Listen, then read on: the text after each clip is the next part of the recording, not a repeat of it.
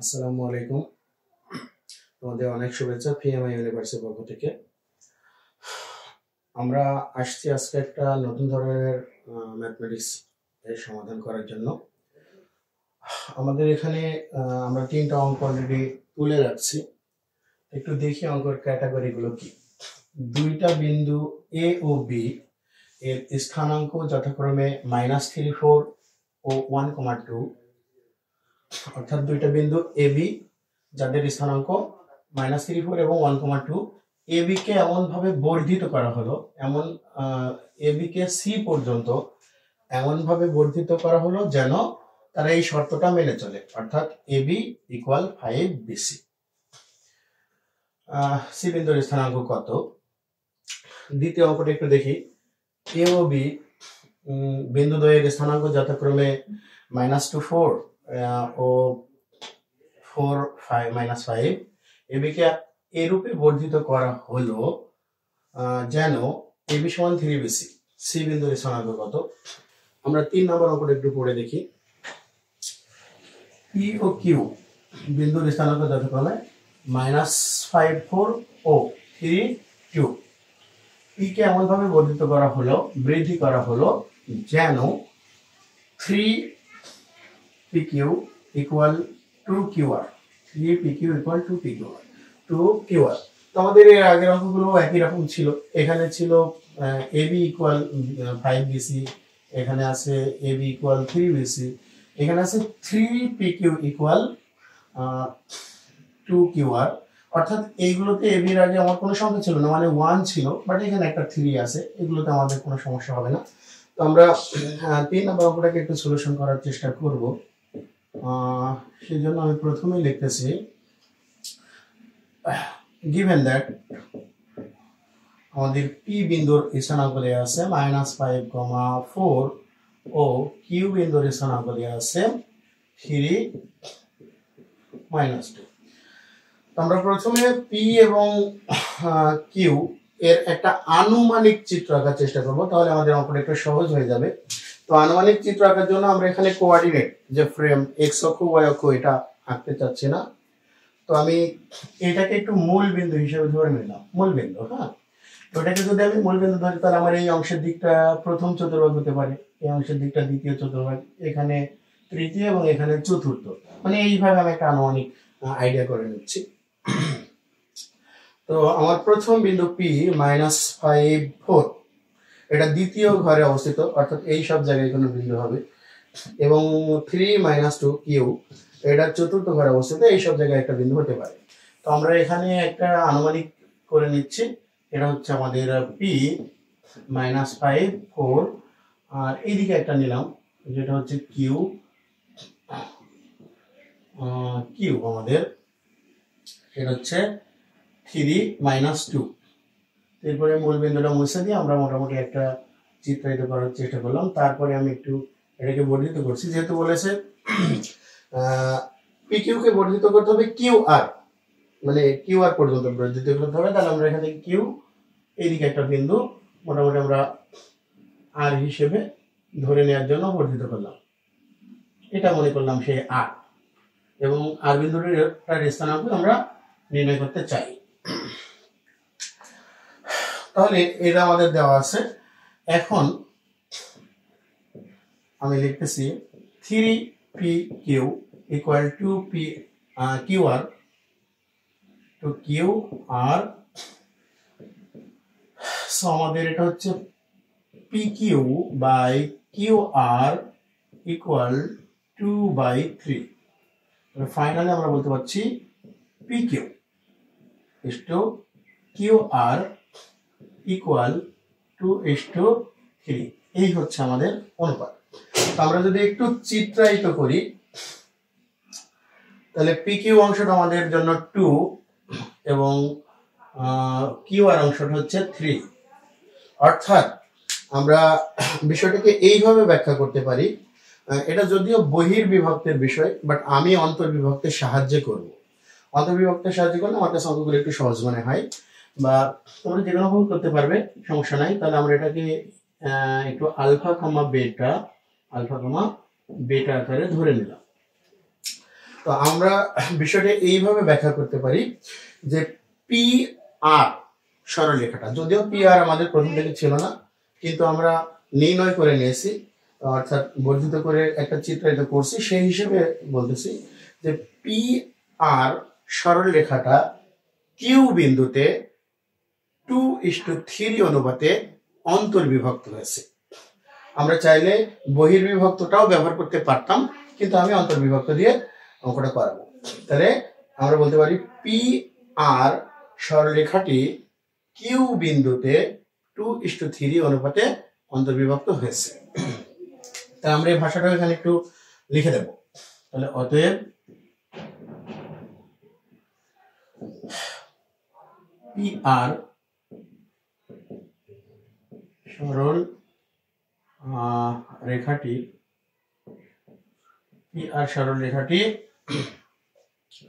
Q বিন্দুতে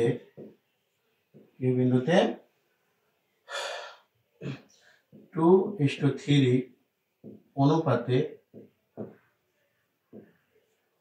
অন্তর্বিভক্ত হয়।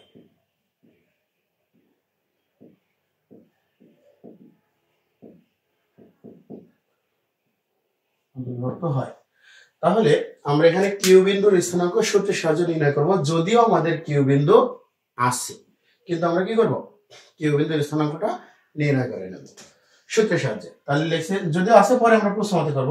তাহলে অতএব কিউ বিন্দুর স্থানাঙ্ক, তো আমরা জানি অন্তর্বিভক্তের উপরে আমরা থিওরিটা পড়েছি। যারা তোমরা দেখো নাই, আমাদের ক্লাস আছে এর উপরে, অবশ্যই ক্লাসটা দেখে আসবে, তাহলে তোমাদের সুবিধা হবে। তো আমরা জানি যে এই 3 যে স্থানাঙ্ক, এই 3টা গুণ হবে আমাদের এই দিকের স্থানাঙ্কের সঙ্গে, অর্থাৎ 3 এর বিপরীত স্থানাঙ্কের সঙ্গে, আর 2 যেটা, এই 2 এর স্থানাঙ্কটা গুণ হবে আমাদের এই দিকের স্থানাঙ্কের সঙ্গে, অর্থাৎ বি এর সঙ্গে, আর এর সঙ্গে। তো আমরা একটু লিখে ফেলছি যে 3 × -5, একটু ব্র্যাকেট দিয়ে রাখি, প্লাস অন্তর্বিভক্তের জন্য আমাদের প্লাস হবে, আর এটা হচ্ছে 2 × আলফা বাই অনুপাত দুইটার যোগফল, তাহলে 3 + 2 কমা, কোটির ক্ষেত্র তাই 3 × 4 প্লাস 2 × বেটা বাই 3 + 2। তো এখান থেকে আমরা একটু ক্যালকুলেশনটা করে নেব। আমাদের এটা হয়ে যাচ্ছে -15 + 2α বাই 5, 12 + 2β বাই 5। তো এটা আমরা পেয়ে গেলাম কিউ বিন্দুর স্থানাঙ্ক, কিন্তু কিউ বিন্দুর স্থানাঙ্ক আমার আসলে দেয়া ছিল। সো আমরা প্রশ্নমতে করব। প্রশ্নমতে -15 + 2α বাই 5 equal 3, ও 12 + 2β বাই 5 equal -2। তাহলে আমাদের এটা হয়ে যাচ্ছে 2α equal 15 + 15, আমরা এটাও এদিকে নিয়ে চলে গেছি একবারে, এই -15টাকে।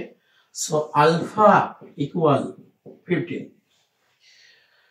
এখান থেকে আমরা ক্যালকুলেশনটা করি, 2β equal -10 -12। So finally beta equal আমাদের চলে আসছে -11। তাহলে আমরা আলফা এবং বেটার মান পেয়ে গেলাম 15 এবং -11। তাহলে লিখি অতএব আর বিন্দুর স্থানাঙ্ক, আচ্ছা আর বিন্দুর স্থানাঙ্ক হলো আমাদের 15, -11। এটা হলো আমাদের আর বিন্দুর স্থানাঙ্ক। তো এভাবেই আমাদের মানে ক্যালকুলেশনটা করলে আর বিন্দুর স্থানাঙ্ক হয়ে যাবে। তো এটা বহির্বিভক্তের সূত্রের সাহায্যেও করা যায়। তো আমরা ইনশাআল্লাহ এখন বহির্বিভক্তের সাহায্যে দেখব, দেখা যাক আমাদের একই রকম হয় কিনা। তো এটা তোমরা দেখে নেবে। আমরা এখন বহির্বিভক্তের সাহায্যে অঙ্কটাকে সলিউশন করার চেষ্টা করব।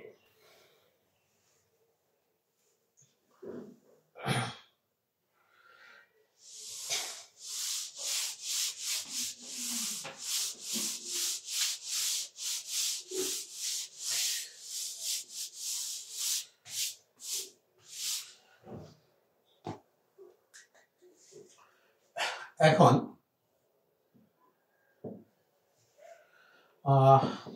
PQ 3PQ equal 2QR সমান, আমরা একটু এটা মুছে দিই যেহেতু এখন বহির্বিভক্ত ব্যবহার করব। PQ বাই QR সমান 2/3। তো বহির্বিভক্তের জন্য আমার সম্পূর্ণটা লাগবে, PR এই অনুপাতটা লাগবে, এবং QR লাগবে হচ্ছে সম্পূর্ণটা এবং বর্ধিত অংশটুকু, অর্থাৎ আমার লাগবে PR এবং QR, এই দুইটা আমাদের প্রয়োজন হবে। তো আমি সেই ক্ষেত্রে এটাকে একটু যোজন করে দিচ্ছি, PQ plus QR by QR equal 2 plus 3/3। তাহলে আমাদের এটা হয়ে যাচ্ছে in total PR by QR equal 5/3। তাহলে আমাদের ফাইনালি হয়ে যাচ্ছে PR is to QR equal 5:3। আমরা এখানে একটু চিত্রায়িত করে ফেলবো। আমাদের এই সম্পূর্ণটা, অর্থাৎ এই P বিন্দু থেকে শুরু করে এই R বিন্দুর এই সম্পূর্ণটাই হলো 5,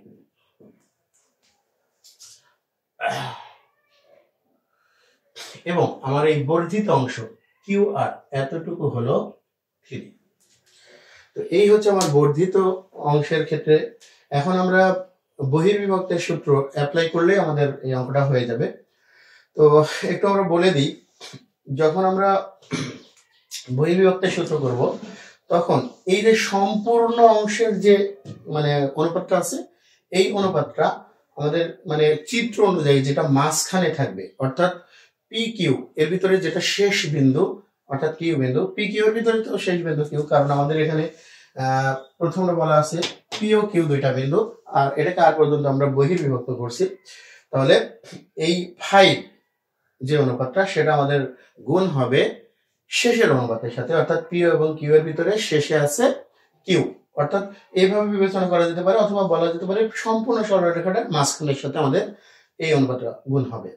আর 3 অনুপাতটা গুণ হবে হচ্ছে আমাদের প্রথম অনুপাতটার সাথে। তাহলে আমরা একটু ক্যালকুলেশন করি। তাহলে এখানে একবার আমাদের আর বিন্দুর স্থানাঙ্ক বের হয়ে চলে আসবে, কোনো প্রশ্ন মতে করা লাগবে না। তাহলে সেই হিসাবে আমাদের এখানে আলফা বেটা না দিলেও কোনো সমস্যা ছিল না, যেহেতু আমরা আগের অঙ্কটার ক্ষেত্রে আলফা বেটা দিয়ে রাখছিলাম। আমরা একটু লিখি আর বিন্দুর স্থানাঙ্ক, আচ্ছা আর বিন্দুর স্থানাঙ্ক আমরা এই 5টা গুণ করব, প্রথমে ভুজ এর ক্যালকুলেশন করব, অর্থাৎ ভুজ পজিশনে যেটা আছে সেটা। তাহলে প্রথমে আমরা এটা এর সাথে ক্যালকুলেশন করতেছি যে 5 × 3, 5 × 3, আর এই 3 × -5। আমাদের বহির্বিভক্তের জন্য সূত্রে একটা মাইনাস আছে, এবং এখানে আমরা পাচ্ছি 3 × -5 বাই আমাদের এখানে বহির্বিভক্তের জন্য, অন্তর্বিভক্তের জন্য নিচে অনুপাত দুইটার যোগফল হতো, বহির্বিভক্তের জন্য অনুপাত দুইটার বিয়োগফল। সো 5 - 3 কমা, এটা আমাদের ভুজ পজিশনটা হয়ে গেছে। এবার কোটি পজিশনটা, তাহলে এটা 5 × -2, সূত্রের একটা মাইনাস আছে আমাদের, 3 × 4 বাই 5 - 3। সো এখন আমাদের ক্যালকুলেশন করলেই হয়ে যাবে, এটা 15, এটা প্লাস 15 হয়ে যাবে ইন টোটাল। তাহলে আমাদের উপর হয়ে যাচ্ছে 30/2 কমা, এটা আমাদের হবে -10, আর এটা হচ্ছে -12, -22/2 15, -11। সো যাই হোক, আমরা যখন অন্তর্বিভক্তের সূত্রটা ব্যবহার করে এই অঙ্কটা করেছিলাম তখন আমাদের অ্যান্সারটা এটাই আসছিল, 15, -11। এটা একবারে চলে আসছে, তো এটা একবারে চলে আসলো। এখানে আবার আমাকে একটু যোজন বিয়োজন যোজন করে সেই অনুপাতটা ঠিক করে নিতে হয়েছে, যেটা বহির্বিভক্তের ক্ষেত্রে হয়। আর অন্তর্বিভক্তের ক্ষেত্রে আমরা এই যোজন করে এই পজিশন নিয়ে আসছিলাম না, এখান থেকে ডিরেক্ট অনুপাতটা ব্যবহার করে প্রশ্ন মতে দিয়ে একটা ক্যালকুলেশন করছি, তোমরা নিশ্চয়ই দেখেছো। তো এই ধরনের অঙ্ক যখন আমাদের সামনে আসবে, তোমরা চাইলে অন্তর্বিভক্তের সূত্র দিয়েও করতে পারো, চাইলে বহির্বিভক্তের সূত্র দিয়েও করতে পারো, সেটা তোমাদের ইচ্ছা। কোনো সমস্যা হবে না, এটা তোমরা যে সিস্টেমেই করো না কেন তোমাদের কোনো সমস্যা হবে না।